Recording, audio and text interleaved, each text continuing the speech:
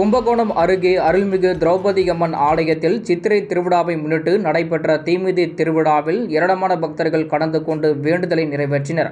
கும்பகோணத்தை அடுத்த அடகாபுத்தூர் பிரதான சாலையில் உள்ள அருள்மிகு திரௌபதி அம்மன் ஆலயம் அப்பகுதியில் மிகவும் பிரசித்தி பெற்றதாகும். இந்த ஆலயத்தில் ஆண்டுதோறும் சித்திரை திருவிழா வெகு விமர்சையாக நடத்தப்படுவது வழக்கம். அதன்படி இந்த ஆண்டிற்கான திருவிழா கடந்த 5ஆம் தேதி கொடியேற்றத்துடன் தொடங்கி நடைபெற்று வருகிறது. இவ்விழாவின் முக்கிய நிகழ்ச்சியான தீமிதி உற்சவம் நேற்று நடைபெற்றது. இதில் ஏராளமான பக்தர்கள் கலந்து கொண்டு பூக்குடி இறங்கி வேண்டுதலை நிறைவேற்றினர். இன்று மஞ்சள் நீராட்டு விளையாட்டுடன் இவ்வாண்டுக்கான சித்திரை திருவிழா நிறைவு பெறுகிறது. இதேபோல் புதுச்சேரி மாநிலம் காரைக்காலை அடுத்த அம்பகரத்தூரில் அமைந்துள்ள பிரசித்தி பெற்ற அருள்மிகு பத்ரகாளியம்மன் தேவஸ்தானத்திற்கு உட்பட்ட ஸ்ரீ மகாமாரியம்மன் ஆலய தீமிதி திருவிழா கடந்த 5ஆம் தேதி பூச்சொரிதல் உற்சவத்துடன் தொடங்கியது. இவ்விழாவின் முக்கிய நிகழ்ச்சியான தீமிதி திருவிழா நேற்று மாலை வெகு விமர்சையாக நடைபெற்றது. இதில் திரளான பக்தர்கள் கலந்து கொண்டு தீமிதித்து நேர்த்திக்கடன் செலுத்தினர்.